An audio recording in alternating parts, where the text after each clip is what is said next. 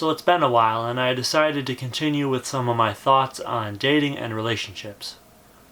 From the perspective of someone who believes faith and relationship are correlated.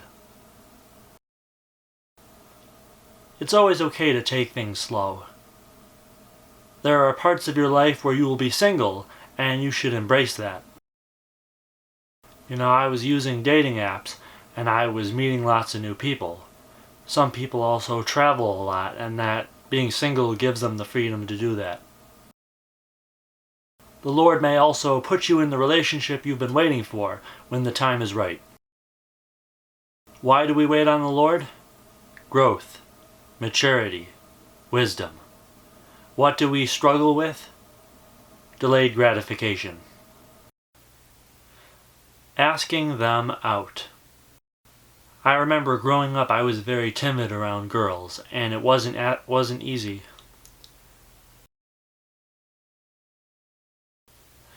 I remember growing up I was pretty timid around girls, and it wasn't easy for me to go up and ask somebody out.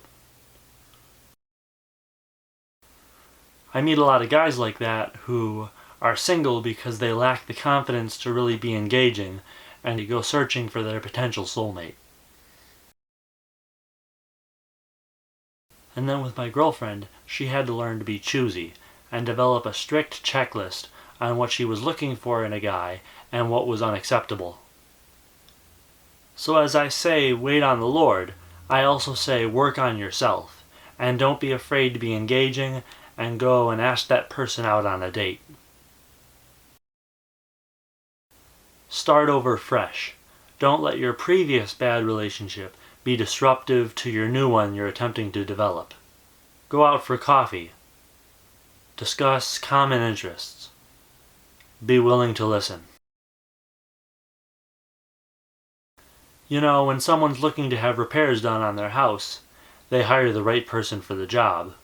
When a person is desperate or unsure of themselves, they will sometimes take any job that comes along. And they'll stay at a job that makes them miserable because they feel that there are no other options.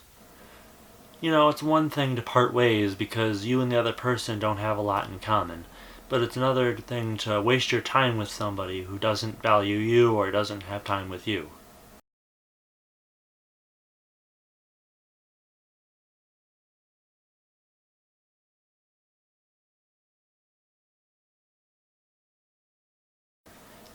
Equally yoked.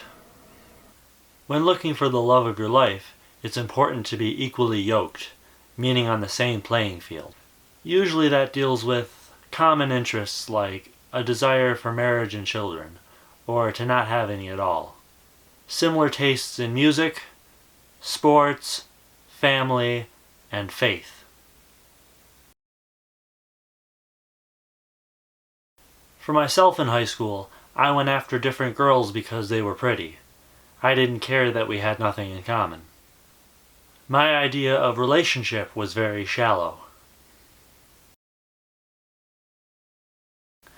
A few years into college, I decided to have faith be the center part of my life, and so I started seeking after young women who shared that faith journey with me. And as I did this, I found it to be easier and more fulfilling. I think it's their business to worry about, but I have a few friends who are strong Christians, and they've gotten themselves into relationships where their partner was not interested in the faith. And so with that, sometimes there are a lot of boundaries crossed. And one partner might want to go to church on Sunday, while the other partner isn't really interested in church. So one partner stays home while the other partner goes to church, or both partners stay home and don't go to church just because they're not quite sure what to do. Such missionary dating tends to be a bad idea. Compromise and complement.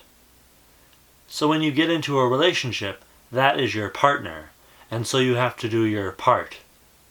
One way to look at it, most couples split up because one partner feels that they are carrying too much of the relationship by themselves. In the perfect relationship, each partner gives 60% of their effort and expects to get 40% back. And the 60-40 rule creates an overlap that leaves both partners feeling supported and happy. You have to have that compromise. You're not going to get your way every time.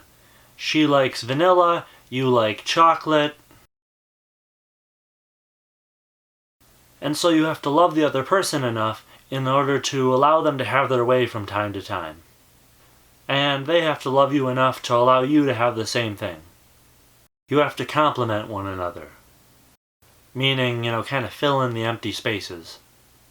We seem to be getting away from an old-fashioned male-dominated society, but the thought remains. Sociologists have found that having two dominant alphas in a relationship is a disaster. And so one partner has to take on a dominant role, and the other partner has to take on a submissive role.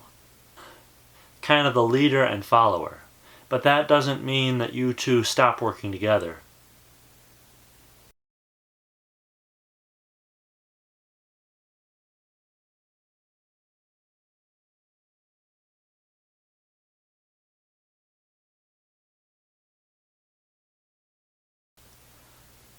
Take my girlfriend and I. She's better with math and organization, while I do carpentry and other tasks like that, but math is very difficult for me. So sometimes she steps in when I falter, and I can do the same to complement her. Remember, we have these areas of ministry, of relationship with one another. We have relationship with God, the Father, and we also have relationship with those around us. Each area of relationship should be respected so that the other areas of relationship do not suffer